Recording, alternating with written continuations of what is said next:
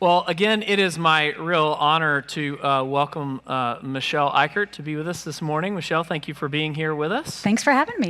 For those of you that don't know, just a little bio on Michelle. Michelle is a nationally recognized speaker and author and educator who spent over 20 years helping parents and teachers and young people navigate the complex terrain of that thing that we like to call adolescence. Her thoughtful, practical approach has made her a trusted voice in homes and schools all across the country. She has authored a number of books, including one called The Middle School Makeover, 14 Talks by Age 14, which I have found very helpful so far already in my journey, and her most recent book, 8 Setbacks That Can Make a Child a Success. Michelle is a regular contributor to the Today Show parenting team and has been featured in any number of other places. Michelle lives right here in Charlotte and brings both professional insight and personal wisdom to today's conversation. So, Michelle, welcome. Thank you. We're so glad that you're with us today. So, Michelle, I wonder as we get started here, we've framed our conversation today the sacred work of growing up, right? Growing up is something that we all do, and we all do in different ages, stages, seasons of life that are going on. When you think about the work of navigating adolescence as sacred work, what comes to mind for you? So for me, sacred means profound, meaningful in a good way, mysterious, and deserving of our respect. And so the process of growing up as it relates to being sacred is that much of it is a mystery to us. To us as parents and to us as experts even, it can be really deeply mysterious. And there's a part of it that's biological. So I sort of consider growing up to contain 3 buckets. Okay. We have, and I will often refer to this as the adolescent construction project. So there are 3 things that your young people are working on building in order to become an adult. And that's an adult body, that's the biological part, an adult brain, biological but more confusing, and an adult identity. And so the body part is kind of the easiest, typically. It progresses in a linear way, and also you can sort of see it happening, and so you know what's going to come next. The brain part is a bit of a mystery because we can't see it happening, and it's not linear. Your child will one day be really mature, and you think, oh, we've arrived. You know, my kid just asked me how I'm doing. That feels great. What a grown-up they are. And then the next day they have a temper tantrum over something. And then the identity piece is figuring out who they are apart from you, who they are as individuals, and that to me feels the most sacred. So it's really mysterious, it's really meaningful, it's very profound, and it's deeply personal.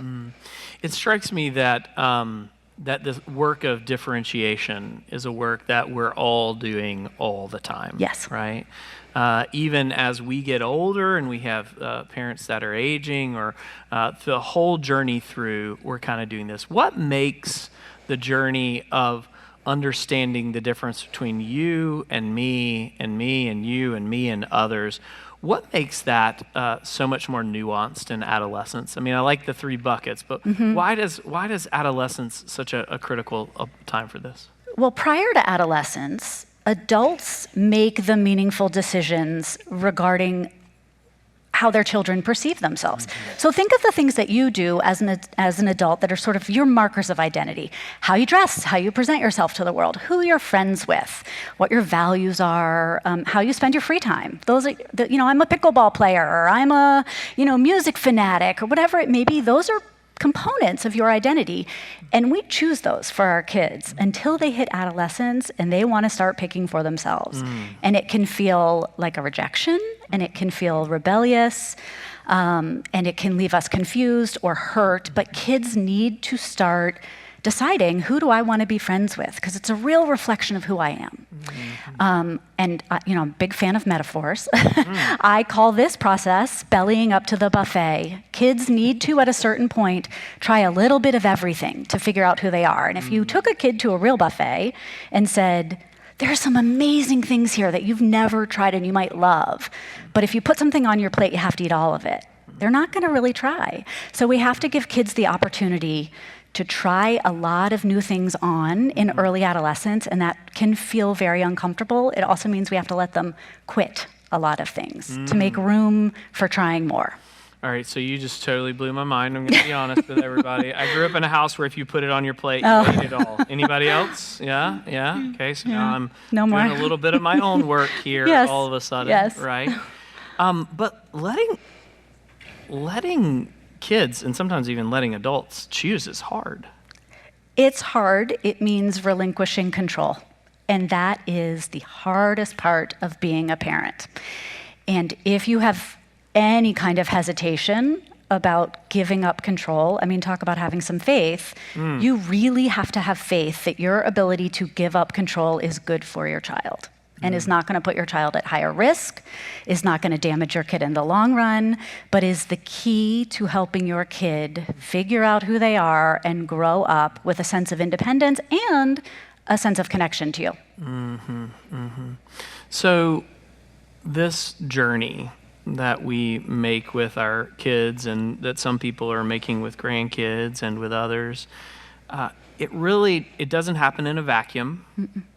And it certainly can't happen absent of conversation and dialogue with people. In your book, one of the ones that we have upstairs that people can buy or they can get elsewhere, 14 Talks by Age 14, you talk about this frame for 14 really crucial conversations that parents can have with kids by the age of 14. I want you to say a little bit about why 14 is important. Sure. And I'd love for you to say about, as a community of faith and as a community of people trying to honor the sacred work of growing up without sort of relegating our responsibility, which conversations do you think are really important for us as a people? All 14. All no, I'm 14. just kidding. Okay, thank you. Okay. All 14, really important. I'll start with the easiest question, which is why 14? Yeah. It marks roughly the end of middle school and the beginning of high school. There's also some research that shows that 14 is the most dangerous year of a boy's life. And the book is for boys and for girls, but that really stuck out to me. It's an age of risk-taking, and it's an age where kids lack impulse control. So those two combined can be dangerous. And so I want you to start having the conversations before that happens. It doesn't mean you close the book when your kid turns 14 and you don't have these talks anymore. The process and the topics are important through high school, through college. I've had people say to me, this worked with my husband. It was great. So, but I do want you to start well before 14. If you can touch on them all by about the end of middle school, that's great. The ones that I think related to faith community are most important are the topic of independence, because again, there's that leap of faith. I need to allow my child to become independent for me, and that means physically independent, and that means thoughtfully independent. They may appear to you as a contrarian or as rebellious. You may worry about their safety. All of these things are normal, but you need to be talking about it. And independence typically shows up in two ways, either cocooning, so going up to their room and isolating, or exploring, going out into the world without you. And those are tough for parents to sort of understand either of those. So that's a big one. The other one I think is relevant to any community, faith community, school community, neighborhood community, family, is talking about reputation. Because I think we as adults are very concerned about what other people will think about how we're doing. What's our report card as a parent? Yeah. And we tend to worry about ourselves, and it expresses itself as judging others. Where we say, I want to keep my kid and my family really safe, so maybe we don't let them hang out with that kid because that kid made a mistake once. So I want to be very careful about those kinds of conversations and opening up space that allows us to be fully human and worry less about our reputation and more about what we're learning from what we're experiencing as humans. So you talk about how this this stage is normal, right? And when Lisa Damore was here, a really good friend of yours was here, she said it over and over and over again to parents as well. She's like, it's just normal. Everything that's happening is normal. I found a little bit of comfort in that, and I can do it. And then something happens, and I'm like, this is not normal, Yes. right? That's right. Like, how in the world am I supposed to respond in an appropriate way right now to what's going on? This just doesn't feel good, right? And yet, to your point, like we all in some way feel that pressure from the community around us to make sure that we're getting it right. That's right. As parents. So say a little bit about what's normal about being a parent who's trying to navigate a really complex, quote unquote, normal journey with a child, and how we as parents can be a kind of community that supports one another through this stage that everybody goes through. That's right. So normal doesn't mean not hard. Normal doesn't mean not painful. Normal, I think of, means to be expected. We know that there are going to be bumps on the road. We know that kids are going to make mistakes. I hope they make mistakes. We'll talk about that in a little bit, I think. Yeah. But I really want your kids to screw up. I do. And so to be expected is how I think about normalcy. It doesn't mean it's not going to hurt. A couple of things that you as a community can be doing to sort of personally get through those moments and then to help each other through those moments. One is to find a whisper network. So when a child has a crisis, a failure, a setback, a challenge that knocks you back a little bit, the tendency is to shroud that in secrecy because we don't want anybody to know. That'll make it worse. Putting sunlight on it will make it worse. I think putting sunlight on it will disinfect it. I don't want you to blast it out. This is your child's story to tell. Yeah. But you'll need some help and some guidance, and keeping a secret hurts. So I would say use a whisper network, which means find someone you trust. They may not have had the exact same experience, but go to them and say, we are experiencing what I think is an eating disorder. We are experiencing what I think might be drug abuse. We are experiencing a real crisis of confidence, and I don't think my child has a friend.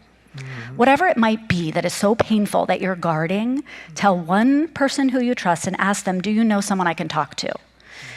You will find very quickly a sort of underground network of parents who want to help, and a parent who has been through something similar, I can almost guarantee wants to talk to you. Yeah. So find a whisper network is a big one. Yeah. And I'm going to give a quick little shout out to a group in town that I think is a great whisper network, NAMI. So that's the National Alliance on Mental Illness, and they do really great work hooking you up with people who can talk to you about what you might be experiencing. Yeah.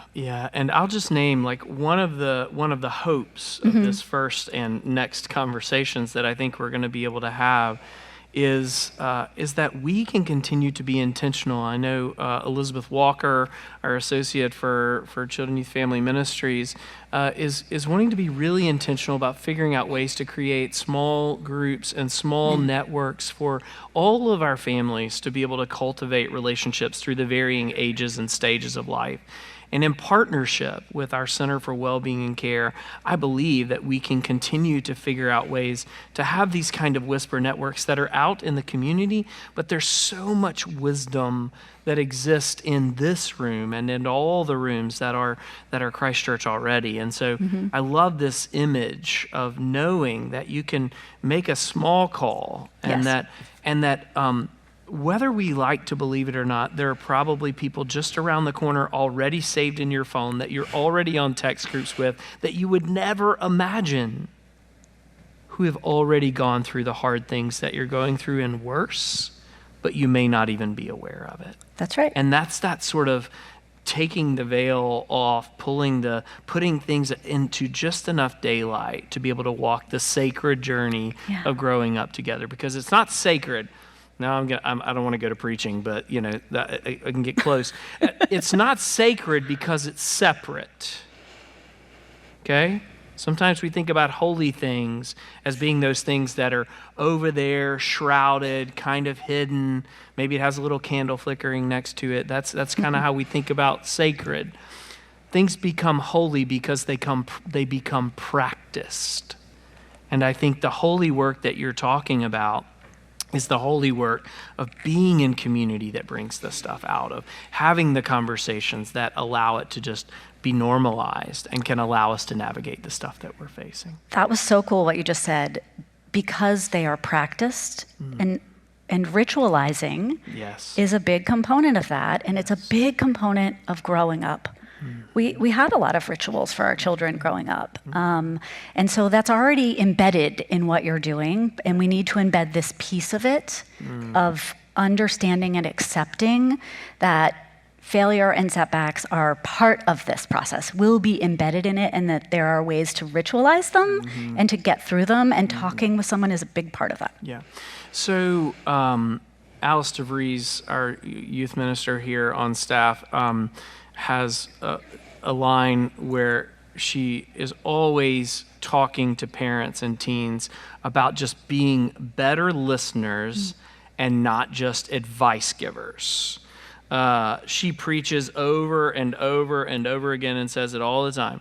If we can just come alongside our kids and get into the soup with them, we might be surprised what we learn and how our faith goes. I feel like your 14 talks is a model and a mode by which we as people can kind of come alongside and be better listeners. Say a little bit about tips for us on ways that we can be better listeners and not just advice givers. Okay, I love this question. The first answer I'm going to give is not mine. I didn't write this, and I don't know where I heard it, but I love it.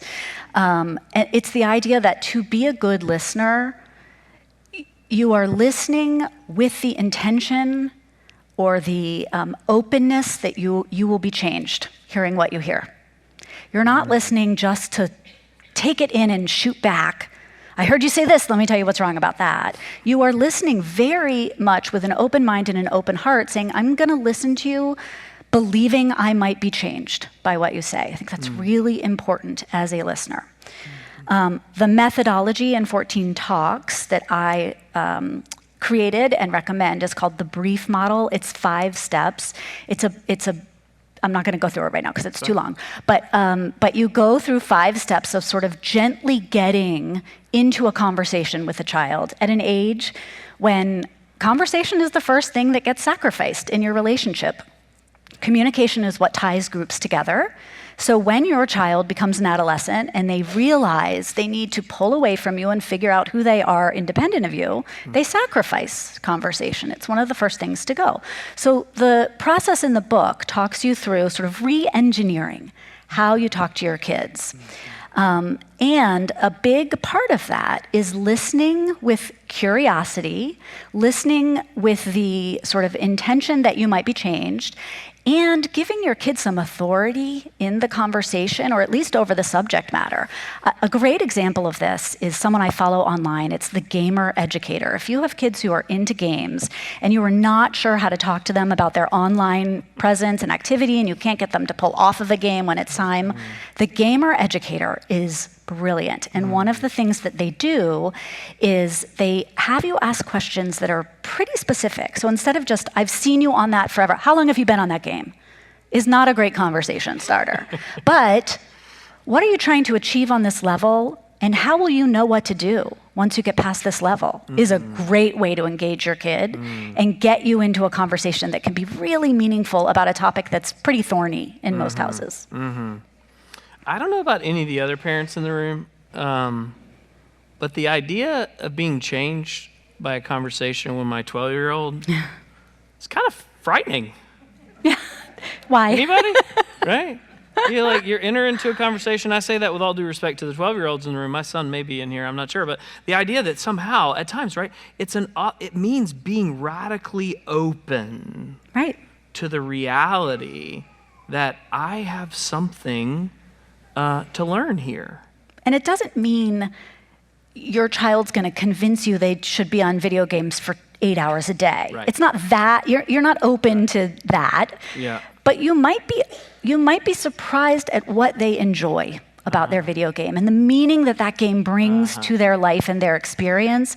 If you're open to that, that could be really fun. That's helpful. Yeah. That's helpful. So you've talked about gaming. Can we talk about technology? Let's do it. All right, let's talk about technology. Technology is a tool, and I think in today's world, we are a generation of people, we're the first generation of people, I believe, with the current technology that we have, who've had to figure out how to navigate the challenges with wisdom. Mm-hmm. We're sort of, let's call it, almost 20 years now into the iPhone experiment. And the iPad experiment, we're less than that. We're only like 12 years into it or something like that. And we've learned a lot about brain science. We've learned a lot about the way that the tool was created. I wonder what wisdom you have for us about navigating this life with this tool that has so much power and so much potential to do so much good in the world, and how you would help us to navigate what technology is all about in this regard. Well, I love that you recognize the good that it can do, because that's sort of the open-mindedness we need to bring into any conversation that we're going to have with kids about technology. When I talk to families about social media or YouTube or just smartphones, whatever it is, I always say, this is a tool, and like any tool, in order for it to be helpful to you, it must be harmful to you. So you want to teach your kids how to cook for themselves at some point, and the stove you want them to cook on has to be hot enough to cook their food and hot enough to burn their hand. And the knife that you want them to use in the kitchen to cut their apple has to be sharp enough to cut the apple and sharp enough to cut off, tip of a finger. So that we are very accustomed to teaching our kids how to use tools that are dangerous and helpful. Any good tool is, right? So I think that these conversations with our kids have to begin in recognizing what's helpful here, what's useful here, and being open to that. Because there is a lot about whatever your child wants to do with technology that provides them entertainment, connection, creativity, soothing, whatever it may be. And then the conversation needs to include, and how can it be dangerous? And especially teaching kids how to recognize cues in their own body for when it doesn't feel good to use the tool anymore. Are you hitting yourself on the thumb with the hammer repeatedly? Do you feel that? That doesn't feel good? Are your eyes dry from looking at a screen? Are you crabby? Are you hungry? Are you just hoping that if you keep scrolling, you'll get the next dopamine hit, but you don't, and you keep scrolling and you keep scrolling? I do this, right? Where I'm like, maybe the next one will be funny. Maybe the next one will be funny. And it's just ad after ad after ad. So I think the key to thinking about any kind of technology is understanding balance and not demonizing it, and having an intent to negotiate with your child. Parents are a bit uncomfortable with that concept. But we need to teach our kids compromise. We need to teach our kids how to negotiate. So having conversations around technology that recognize pros and cons and that offer some form of compromise and negotiation are really key to helping them work through something that isn't going away and is only going to get more and more complex. So I think at the heart of some of these technology conversations or tool conversations or is a fear. For sure. I think the thing that we as parents just don't want to do is that we don't want to get it wrong. Right. That's okay. I know. We really want we want our kids to succeed. We want our kids to be happy.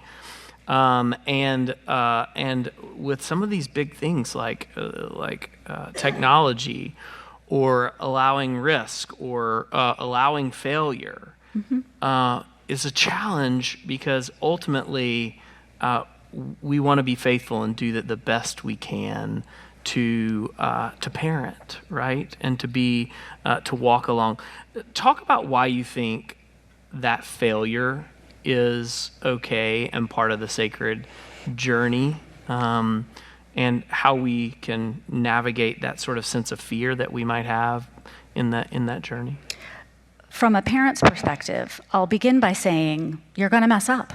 You're just going to make some bad decisions, and your kid's going to make bad decisions, and that's okay. You've already got to sort of preemptively forgive yourself for that, because you're all human, and there is no perfect way to do this. So I understand the desire to say, I want to get this right, particularly if control is a thing that you struggle with, and you think, I don't want my child to have to live with a mistake because I didn't protect them from that mistake. That's giving yourself a lot of credit because you cannot live that way. Your child is going to make mistakes. Not only that, I want your child to make mistakes. And the basic reason for this, that I want every child to have a significant failure during their adolescence, I'd love for them to have many, many opportunities, in fact, to feel pain and discomfort during adolescence, is based on my understanding of a rite of passage. I think we have gotten away from the true meaning of a rite of passage. Now, as parents, we sort of consider a rite of passage to be a passage of time. And so when you're 13, maybe you get access to a social media account. And when you're 16, you get some car keys. And when you're 18, your curfew's later. So we time things, and we consider those rites of passage. A true rite of passage involves some key ingredients. First, going off by yourself. Individuating, separating from your group. That could be your friends, your family, your community. 2, you face a challenge while you are alone. You mess up because it's your first time as an individual facing a big challenge on your own. So you make a bad decision, you screw up, you learn from that, and then you reintegrate into the community a better version of who you were before you went off on your own. So we understand this as a culture. It is May 4th, so I can bring up Star Wars, right? So every YA book or movie that you have ever loved has followed that. The kid, the teen, separates from their group. They go off to fight the rebel forces, or they stand by me, they walk down the railroad tracks to find the dead body, or the hate you give, they go to the protest, even though their parents told them not to go. They do something on their own, they face a challenge, they mess up. They learn from that, and they become a better version of themselves. So we understand this in a storytelling cultural way. You may have studied this in college, you might understand this in a sort of academic way. Where we don't understand this is in our families. We have a very hard time allowing our kids to experience that. But the more a child has an opportunity to do that, that's how they become an adult. That is how we usher kids across the threshold from childhood to adulthood, by letting them learn really important lessons.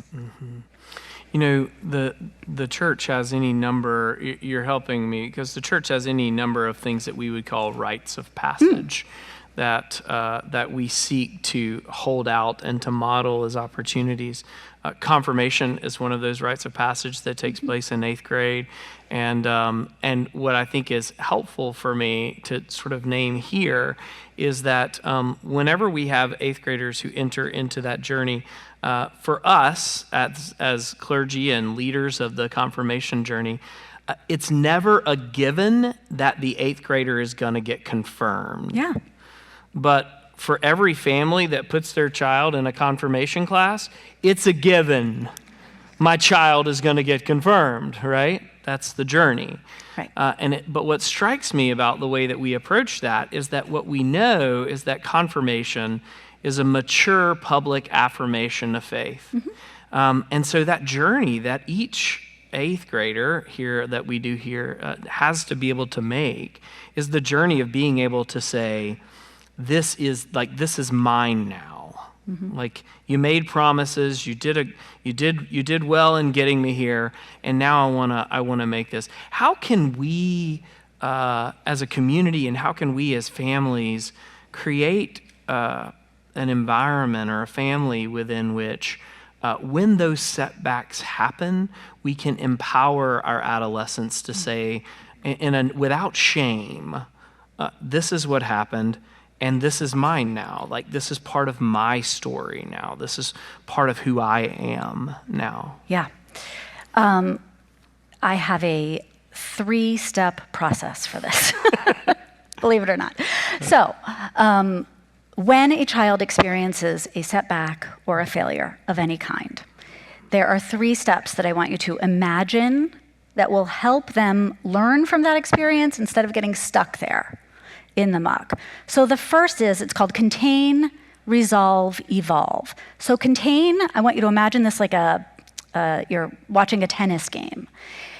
Contain, the ball is on your side of the court. That means you're taking some action. So you say, oh, I've noticed we have a problem.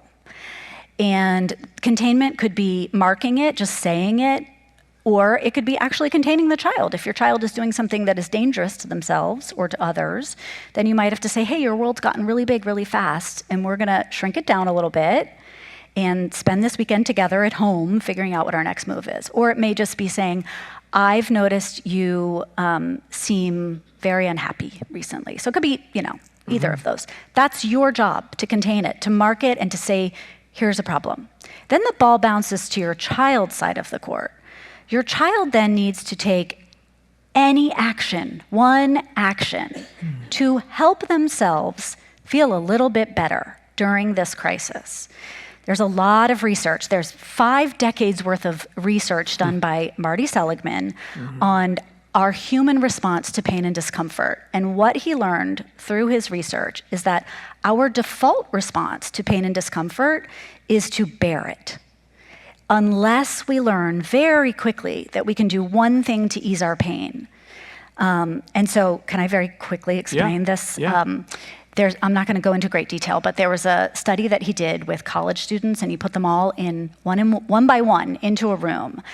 A white room with nothing in there but a speaker, and it just blasted torturous noise into the room. And there was a button on the wall. And so the kids in group A would go in, hear the noise, freak out, see the button, and go press it.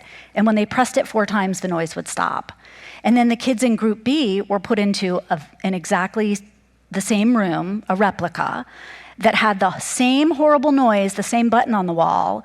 They went over and pressed the button, and the button had been disabled.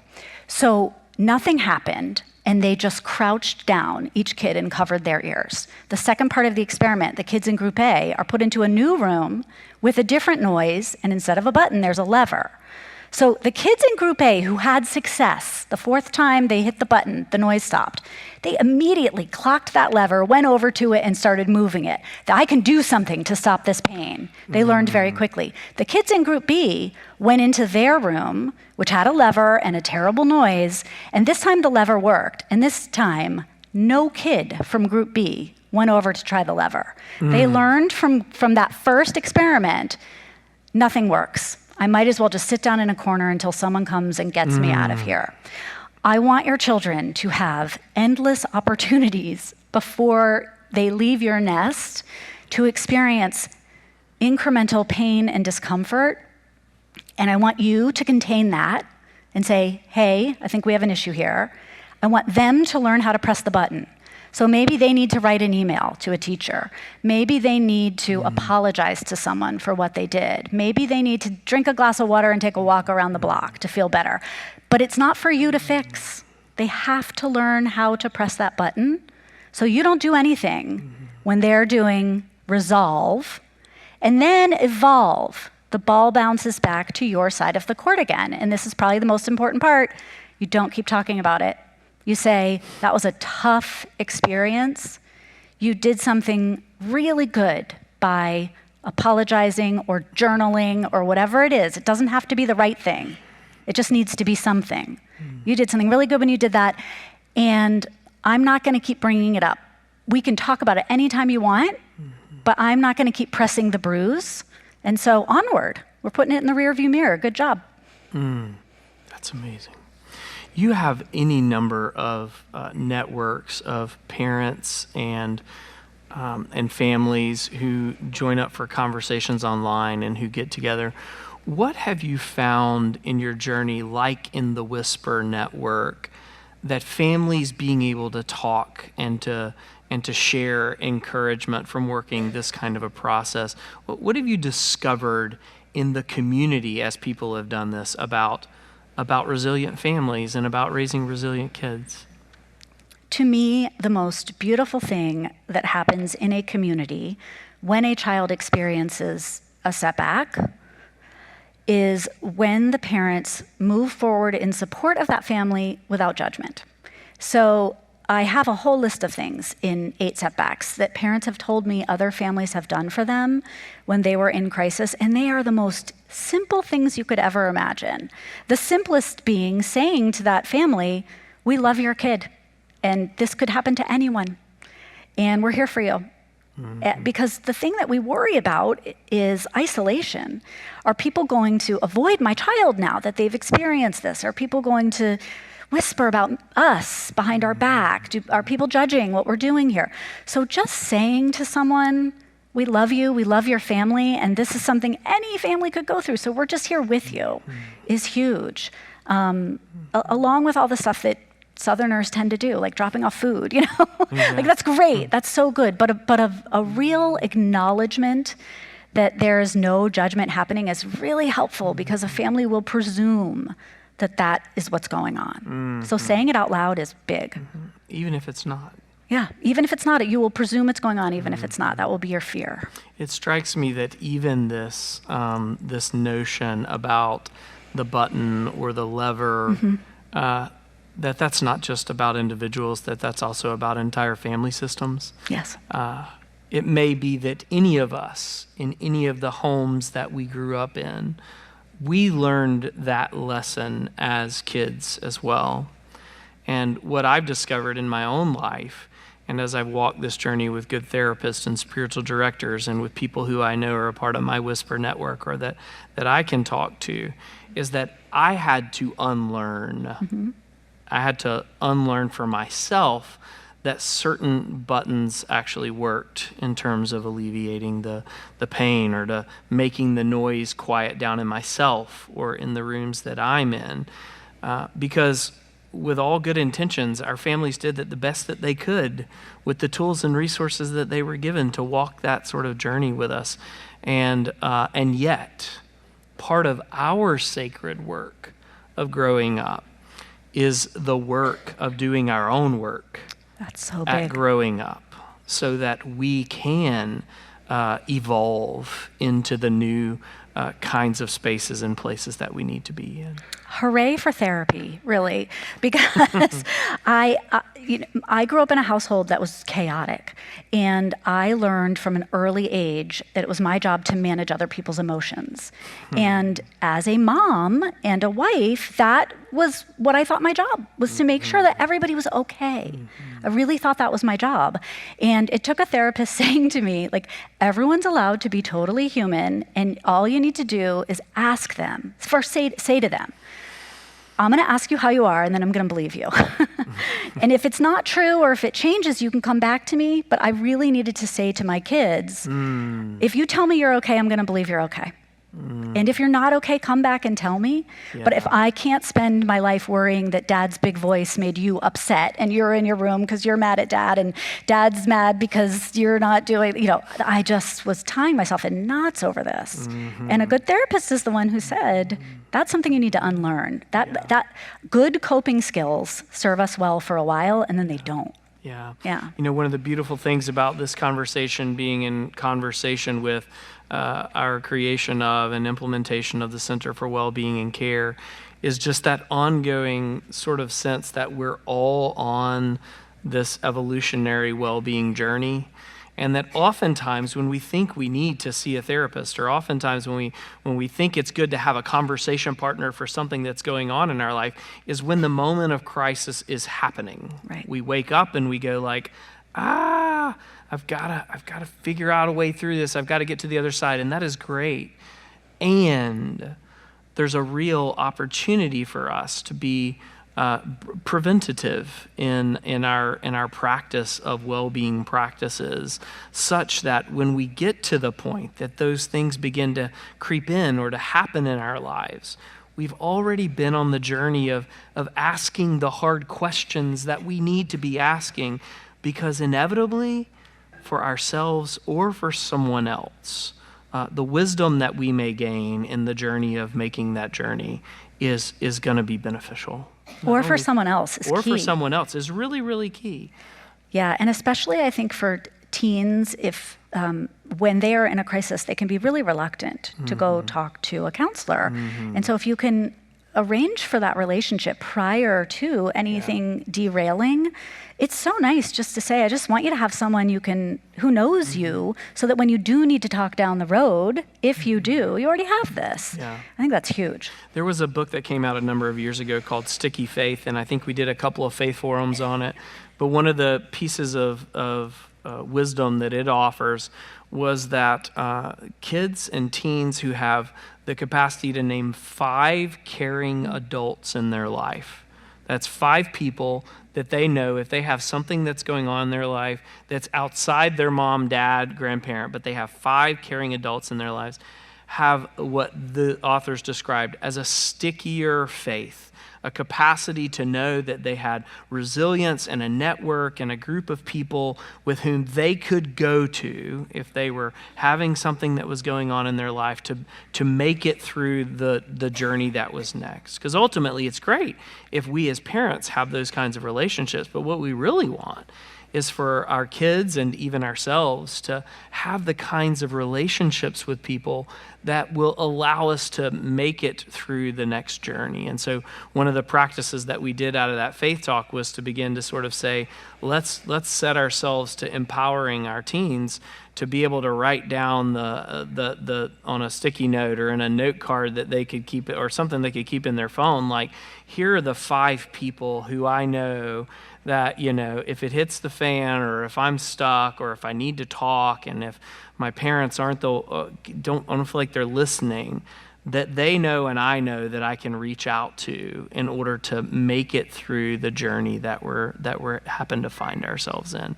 And it just strikes me as we're talking, like, we want family to be that, but it's also why, this is an advertisement, it's also why when Elizabeth and Alice and Savannah Jane and Sarah and Laquita say, hey, we're looking for mentors and for people to volunteer in youth ministry, that this is so important.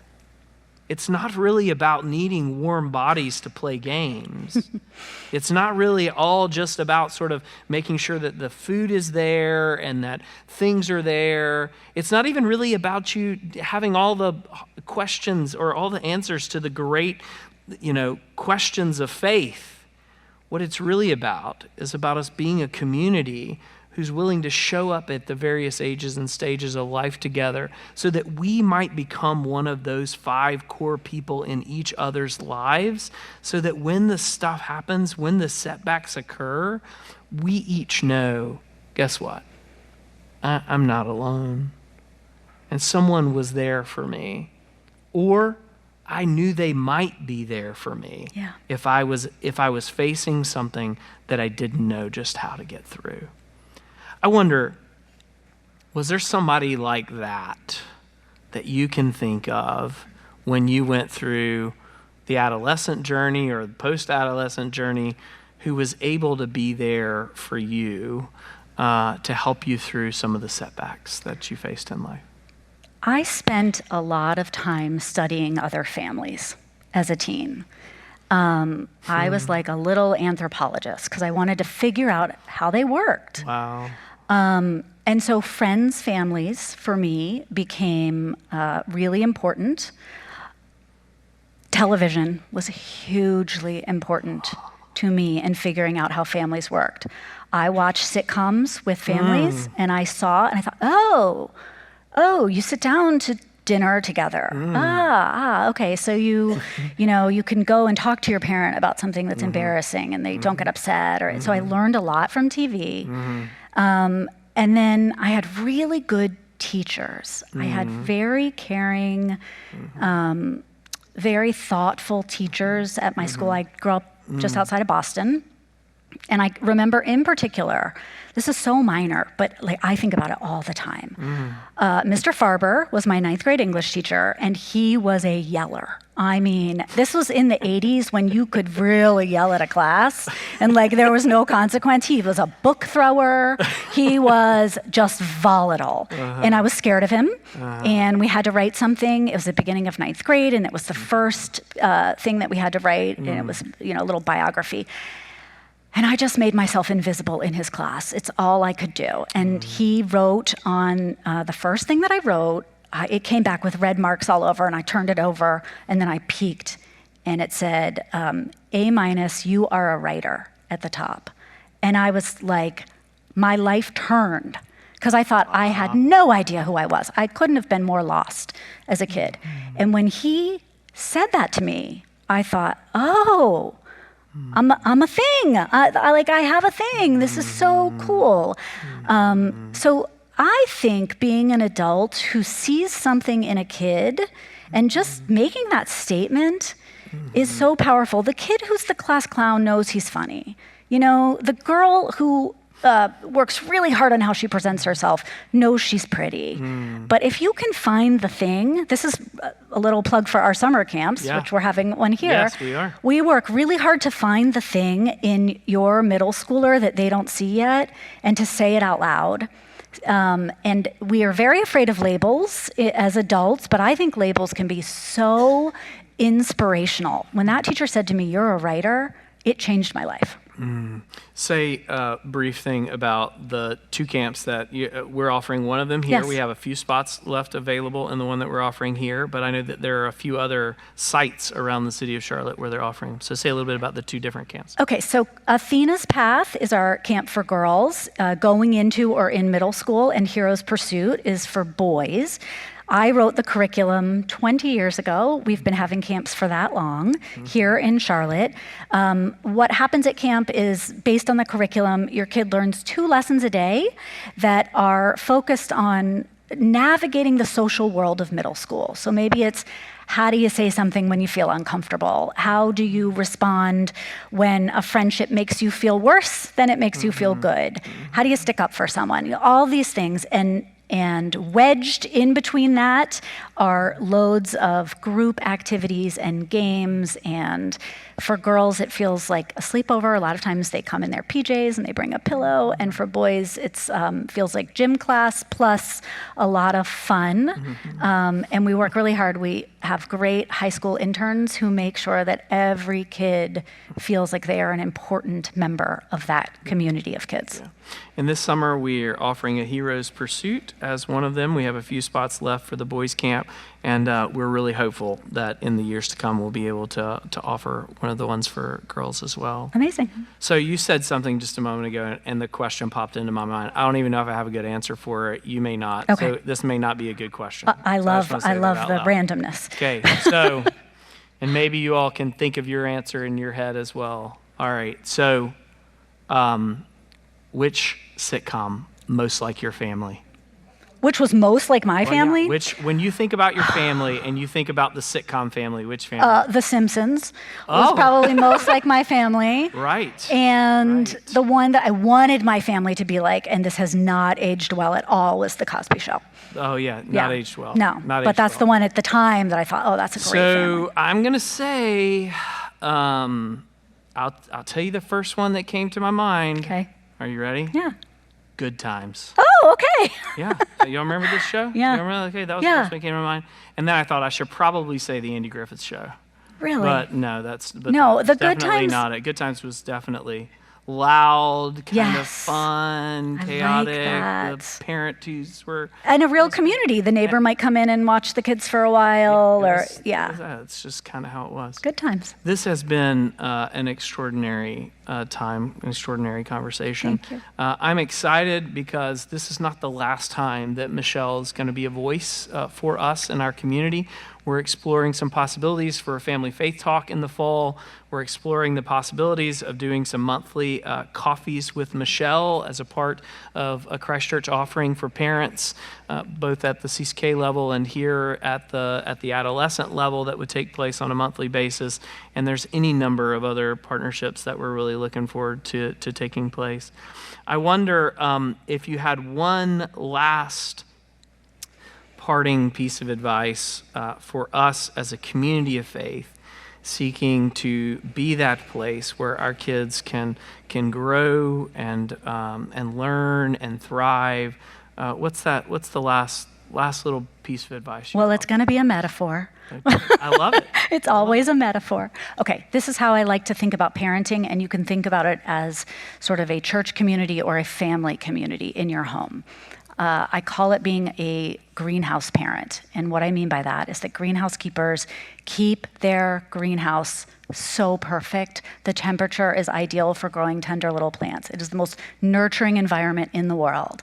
And then they take their little plants and they go outside and expose them to the freezing cold, and the plant hates it and it shrivels up. And they bring it back inside. And incrementally they do that until they're ready to go plant the little baby plant in the earth. I want you to think of yourselves as a community, as a greenhouse where you have the most nurturing, loving, perfect environment for raising young kids. And then occasionally you open the door and you let them go out into the world where they make bad decisions and where they do things that they regret and where they feel embarrassment. And then you welcome them back into the greenhouse without judgment, and you say, this is a loving place for you to recover from what you just experienced. And as they do that incrementally, they become stronger and stronger. And when it's time for them to go off to wherever they go, after they leave your house or your community and they move somewhere else, they will be so much more resilient because of it. Michelle, thank you so Thank much you. for your wisdom and for your time. Yeah, Thank thanks you very everyone. much. Thank you. Oh yeah, they got them loaded. They got them loaded. We have to explain this. All right, yeah. So we were talking to each other, getting ready, for the conversation. This is our sitcom. This is the soft launch of our sitcom. This is totally us. And we were like, we should totally show middle school pictures of us. And so I was texting my family, kind of going like, all right, I wonder what the picture's going to come back. So do you want to say anything about yours? Well, that's me in 6th grade. Yeah. And I think this is me between like 7th and 8th. So here you go. I went through that bead phase and yet still managed to kind of work across into it somehow. I think my dad did my haircut. My mom did mine. My mom did mine. There you go, right. Yeah. So definitely still had the parents who were doing our Yeah, good times. Way to go. Thank you, Bridget. Thank you, Hunter. Thank y'all for being here. Thank you.